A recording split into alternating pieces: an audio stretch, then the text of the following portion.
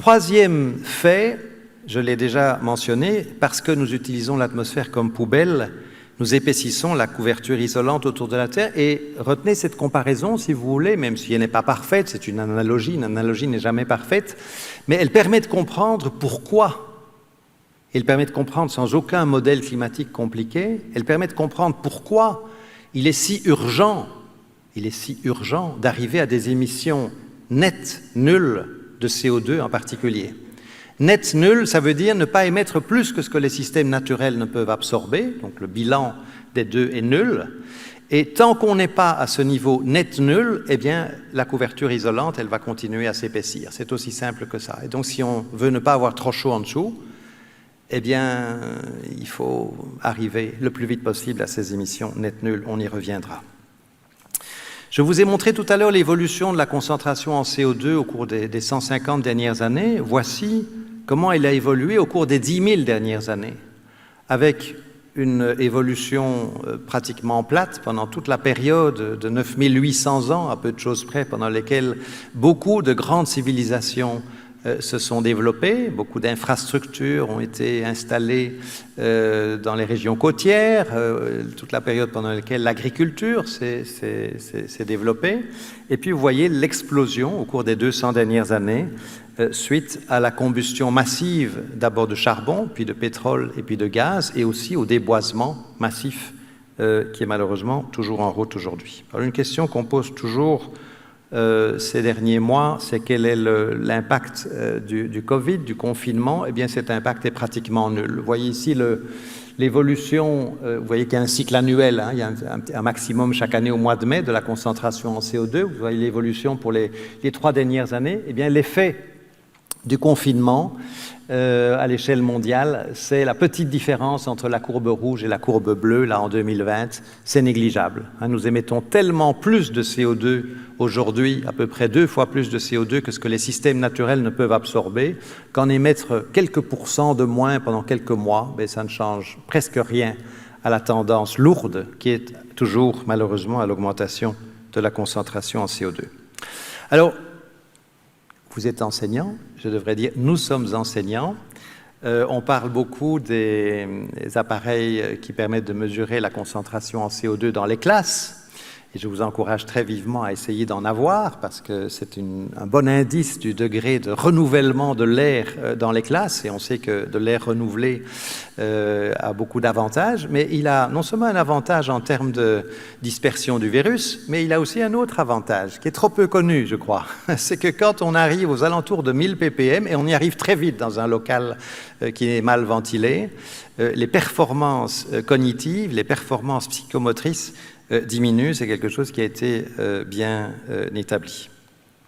Or, si on regarde les scénarios maintenant pour le futur que le GIEC, sur lesquels le GIEC se base pour ses projections du climat futur, on utilise le mot projection et non pas prédiction, justement parce que on ne peut pas prédire le climat, on ne peut que le simuler sur la base de scénarios d'évolution possibles, plausibles, notamment de la concentration en CO2. Voilà les 4 principaux scénarios qui avaient été utilisés pendant le 5e rapport. Ils sont toujours utilisés dans le 6e rapport, celui qui vient d'être publié. Il y a un scénario de plus dans le 6e rapport, qui n'est pas montré sur ceci, qui est encore un peu plus bas que le scénario bleu. C'est un scénario qui permettrait, s'il était réalisé, ce qui serait très ambitieux, mais physiquement pas impossible, de rester sous la barre du réchauffement de 1,5 degré. Et vous voyez que le scénario du dessus, ben, il vaudrait mieux qu'on n'y soit pas, parce que ce scénario-là nous amène à 1000 ppm, les 1000 ppm dont je parlais à l'instant, à la fin du siècle. Donc ce serait très ennuyeux du point de vue du climat, mais aussi à bien d'autres points de vue, comme je viens de l'évoquer. Alors si on fournit ces scénarios au modèle climatique, eh bien on a des évolutions de la température qui ressemblent à ceci. Voilà les tout derniers chiffres, ceux du 6e rapport, et ça, c'est l'inconvénient quand on change de machine. Vous ne voyez pas les axes mais vous devinez qu'il s'agit bien de la température et du temps.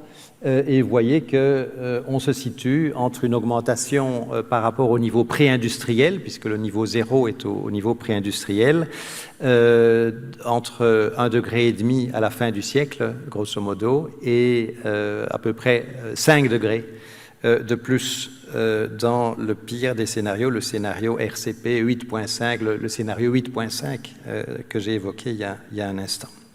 Quand on regarde la distribution spatiale de différentes situations associées à différents niveaux de réchauffement, ce qui est montré ici, c'est 1,5, 2 degrés, 4 degrés, eh bien, on voit que ce réchauffement n'est pas distribué uniformément.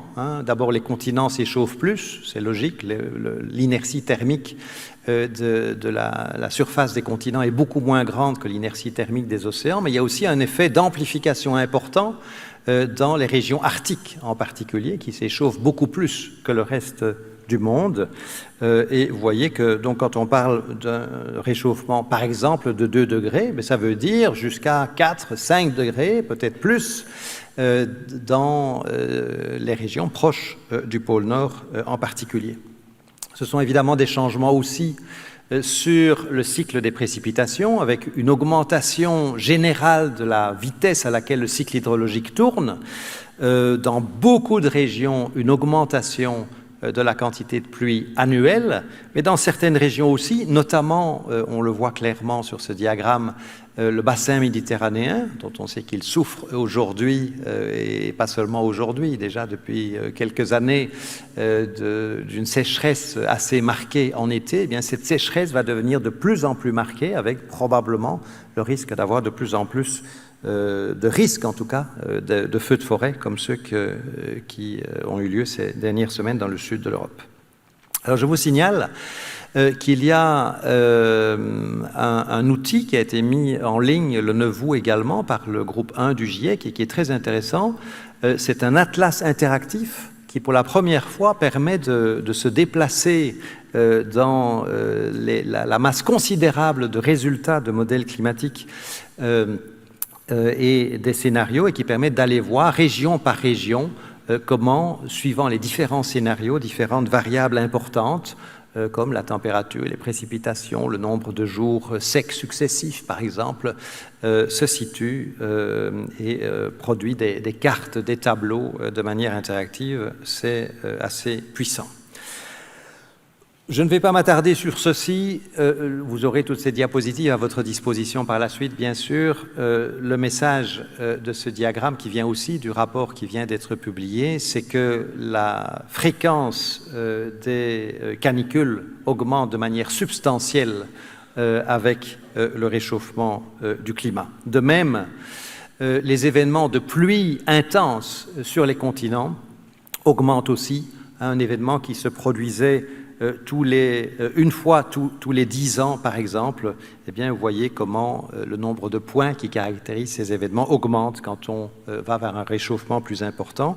Et ça peut être paradoxal. Ça peut être paradoxal en apparence. En tout cas, on peut avoir des régions où, comme le bassin méditerranéen, par exemple, où la sécheresse moyenne augmente et où il y a des événements de pluie très intenses à certains moments. Les deux ne sont pas incompatibles.